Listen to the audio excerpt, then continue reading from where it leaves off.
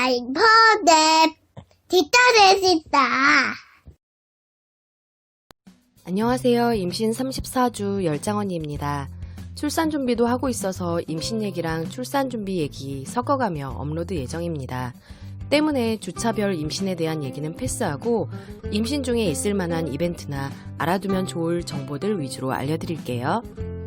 우선 임신 중에 뭔가 마음에 걸린다 하면 검색할 때 임산부 땡땡땡 검색하시면 대부분이 나옵니다. 정식 표기는 임신부라고 하는데 아직 임산부 검색량이 훨씬 많고요.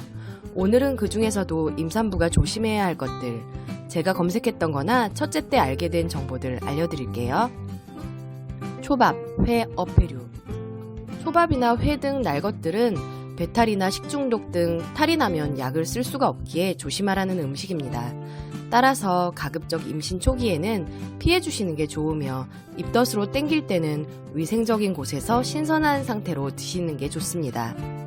비슷한 이유로 체다 치즈나 모짜렐라 치즈가 아닌 블루치즈, 까망베르, 브리치즈 등 곰팡이 균이 있는 치즈류들도 피하시는 게 좋아요. 술, 담배. 임신 초기에 모르고 먹은 건 크게 문제되지 않는다 하지만 임신 사실을 알고 나서는 절대 하지 말아야 할 게 술 그리고 담배입니다. 저도 술을 좋아하는 편이라 시원한 맥주에 대한 유혹은 참기가 어려웠는데요. 외국 맥주 중에는 논알콜이라고 해도 아주 소량 알코올이 들어있는 것들이 있어서 아예 논알콜인 하이드 제로, 하이드 제로의 경우 직접 본사에 문의하신 임산부분도 계시더라고요. 조금 마셨죠. 물론 보리맛 물 같은 느낌이긴 하지만 술은 안 되니까요. 커피, 탄산음료. 저도 거의 1일 1커피 하는 스타일이라 첫애 때도 참기 힘든 게 커피였어요. 산부인과에서도 하루 한 잔은 괜찮다 하시지만 실제로 주변의 임산부분들이 덜 먹으려고 노력하시더라고요. 첫애 때 겪어보니 아이 피부에 뭐라도 나거나 아토피가 의심되면 다들 임신했을 때 뭐 먹었나 돌이켜보며 후회하잖아요. 굳이 스트레스 받으며 참는 것보다는 먹는 게 낫지만 또 될 수 있으면 줄이는 게 좋은 커피. 커피에 들어있는 카페인 때문인데요. 초콜릿이나 탄산음료 등에도 카페인이 들어있기에 하루 커피 한 잔은 다른 카페인을 먹지 않는다는 전제하에 가능한 것. 바카스에도 카페인이 들어있으니 바카스 대신 카페인 없는 비타오백을 드시고요. 되도록 카페인이 들어있는 종류들을 파악하고 염두에 두시면 좋아요. 제 경우는 임신 초기에는 참거나 되도록 디카페인 커피를 찾아 마셨어요. 스타벅스나 이디야 외에도 일반 커피 전문점에 콜드브루 형태의 디카페인 커피가 있더라고요. 99%는 카페인을 걸러 만들었다니 디카페인 커피로 만족하기. 또 몰랐던 사실 하나.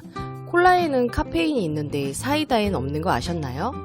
첫애 때는 둘 다 카페인이 있는 줄 알고 가급적 트랩이나 시그램 등 탄산수를 마셨어요. 둘째 임신 중엔 초기부터 만삭인 지금까지 입덧 중이라 탄산수는 도움이 안 되더라고요. 가끔 탄산음료를 마시지만 카페인뿐 아니라 당도 높으니 가급적 줄여봅니다. 카페를 좋아하는 카페손이다 보니 디카페인도 없고 그냥 커피는 마시기 싫을 때 뭘 마실까 고민되잖아요. 전엔 커피 대신 차를 마셨는데 웬만한 차 종류에도 다 카페인이 있는 거 아시죠?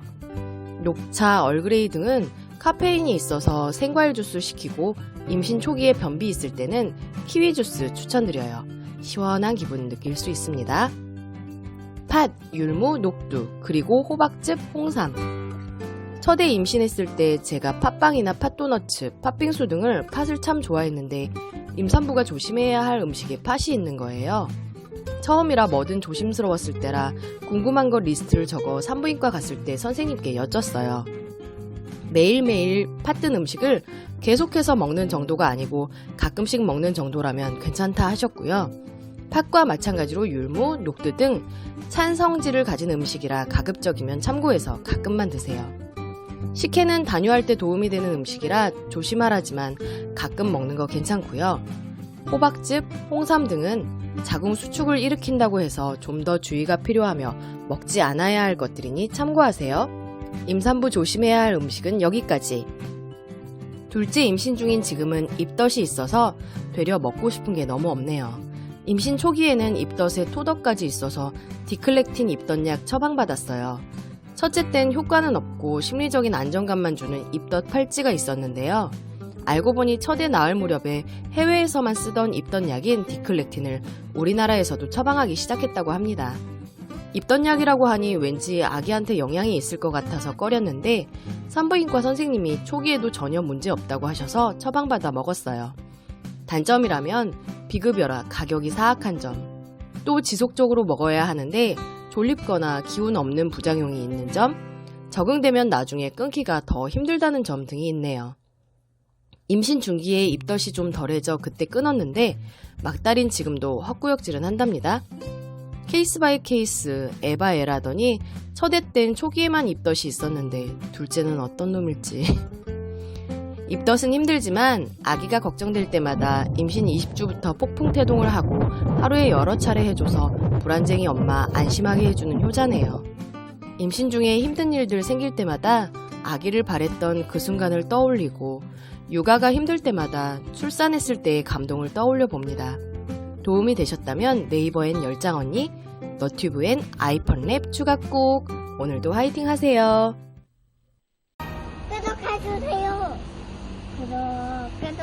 구독해주세요.